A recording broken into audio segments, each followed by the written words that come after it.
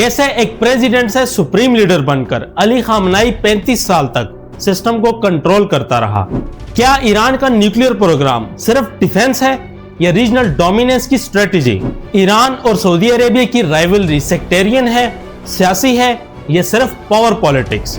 क्या 444 दिन का हॉस्टेज क्राइसिस सिर्फ एक प्रोटेस्ट था या एक ग्लोबल पावर शिफ्ट का सिग्नल?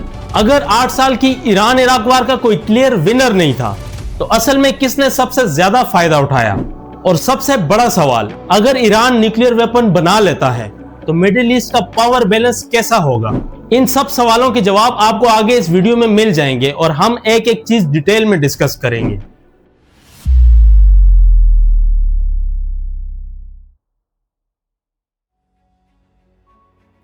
पार्ट 2 में आपने देखा जैसे ही शाह गया, खुमैनी आया और ईरान इस्लामिक रिपब्लिक बन गया। लेकिन अब शुरू होती है असली दुनिया की जंग। 444 दिन तक 52 अमेरिकन कैद थे। ईरान इराक के दरमियान 8 साल की जंग लड़ी गई और खुमैनी के जाने के बाद एक नया चेहरा आया, अली खामनाई, जो 35 साल तक ईरान का सुप्रीम लीडर रहा। 4 नवंबर 1979 को embassy of the United states Tehran पर स्टूडेंट ने कब्जा कर लिया। 52 अमेरिकन डिप्लोमेट्स को हॉस्टेज बना लिया। उनकी डिमांड थी कि शाह को वापस ईरान भेजो वरना हॉस्टेजेस रिहा नहीं होंगे। यह क्राइसिस 444 दिन चला। यूएस प्रेसिडेंट जिमी कार्टर का रेस्क्यू मिशन भी फेल हो गया क्योंकि ऑपरेशन के दौरान हेलीकॉप्टर्स क्रैश हो गए। अमेरिका के लिए यह बड़ी रुसवाई थी। इसके बाद खुमैनी ने रेवोल्यूशन को सिर्फ ईरान तक महदूद नहीं रखा। उसने कहा कि यह तहरीक पूरे रीजन में फैल सकती है, सऊदी अरेबिया, इराक और बाकी अरब दुनिया तक। उसका पैगाम था कि ना बादशाह ना डिक्टेटर, असल हुकूमत सिर्फ अल्लाह के कानून की होनी चाहिए। यह बात सद्दाम हुसैन के लिए खतरा थी। इराक में शिया आबादी थी और ईरान से रेवोल्यूशनरी पैगाम वहां तक पहुंच रहा था। टेंशन बढ़ती गई। 1980 में सद्दाम ने ईरान पर हमला कर दिया। रीजन के अरब कंट्रीज और वेस्टर्न पावर्स उसके साथ खड़े हुए। इस तरह 8 साल लंबी जंग शुरू हुई, ईरान इराक वार, जो 1980 से 1988 तक चली। दोनों तरफ से 5 लाख से ज्यादा लोग मरे। आखिरकार यूएन की मुदाखलत से सीज फायर हुआ। जंग खत्म हुई लेकिन कोई क्लियर विनर नहीं था। यहां यह भी बताता चलूं कि शाह कभी वापस नहीं आया और 1980 में इजिप्ट में उसकी मौत हुई। 3 जून 1989 को रूहुल्लाह खुमैनी का हार्ट अटैक से इंतकाल हो गया। उनके जनाजे में तकरीबन 10 मिलियन से ज्यादा लोग शामिल हुए। हुजूम इतना ज्यादा था कि इंतजाम टूट गया और यह मंजर देखकर लोग हैरान रह गए। 4 जून 1989 को फौरन नया सुप्रीम लीडर चुनने के लिए असेंबली ऑफ एक्सपर्ट्स का इजलास हुआ। 74 में से 60 वोट्स अली खामनाई को मिले। वो खुमैनी का करीबी साथी और रिवॉल्यूशन के बुनियादी लीडर्स में से एक था। 1981 से 1989 तक वो ईरान का प्रेसिडेंट रह चुका था। टेक्निकली वो उस वक्त ग्रैंड आयतुल्ला के दर्जे पर नहीं था, लेकिन सियासी जरूरत और लीडरशिप वैक्यूम ने उसे सुप्रीम लीडर बना दिया। 35 साल से ज्यादा अरसा गुजर चुका था और वो ईरान का सुप्रीम लीडर था।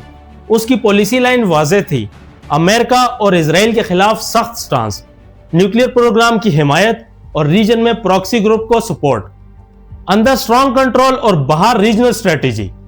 लेकिन फिर 28 फरवरी 2026 को सब कुछ बदल गया। अमेरिका और इजराइल के जॉइंट मिसाइल स्ट्राइक्स में खामेनेई को निशाना बनाया गया। उनके सीनियर एडवाइजर्स के साथ मीटिंग हो रही थी और स्ट्राइक्स बिल्कुल उसी वक्त की गई। उनके साथ कम से कम 5 सीनियर ऑफिशियल्स भी मारे गए और साथ साथ उनकी बेटी, दामाद और पोता भी इस हमले में मार दिए गए। 1 मार्च को ईरानियन स्टेट मीडिया ने कंफर्म किया कि खामेनेई शहीद हो गए और 40 दिन के शोक का ऐलान कर दिया गया। ईरान में कुछ जगह लोग गम में सड़कों पर निकले तो कुछ जगह जैसे तेहरान, करज, इस्फहान जश्न भी मनाया गया। उनके बाद कोई ऑफिशियल सक्सेसर नहीं था। ईरान के कॉन्स्टिट्यूशन के मुताबिक जब तक नया सुप्रीम लीडर नहीं चुना जाता, एक इंटरिम काउंसिल ने इख्तियार संभाल लिया जिसमें प्रेसिडेंट, चीफ जस्टिस और गार्डियन काउंसिल के एक मेंबर शामिल हैं। अब वो सवाल जो हम पूछ रहे थे, उसके बाद कौन, आज हकीकत बन चुका है और जवाब अभी तक किसी के पास नहीं है। देखा जाए तो ईरान और सऊदी अरेबिया दोनों मुस्लिम कंट्रीज हैं, तो दुश्मन क्यों हैं? ईरान अपने आप को एक पुरानी और बड़ी सिविलाइजेशन समझता है اور چاہتا ہے کہ مسلم دنیا میں اس کا لیڈرشپ رول ہو۔ دوسری طرف سعودی عربیہ 1932 میں بنا، لیکن اس کے پاس مکہ اور مدینہ جیسے ہولی سٹیز ہیں۔ پاپولیشن کم ہے لیکن ریلیجیس انفلوئنس اور اسٹریٹجک امپورٹنس بہت زیادہ ہے۔ ایران کے لیے یہ بات آسان نہیں ہے کہ سعودی مسلم ورلڈ کا سینٹرل پلیئر بنا رہے۔ ایران کا نیریٹو یہ بھی ہے کہ سعودی عربیہ امریکہ کے قریب ہے، یو ایس ملٹری بیسز وہاں موجود ہیں، جبکہ ایران اپنے آپ کو انڈیپینڈنٹ اسلامک وائس کے طور پر پیش کرتا ہے۔ اسی لیے مڈل ایسٹ کے اکثر کانفلکٹس میں دونوں مخالف کیمپس میں نظر آتے ہیں۔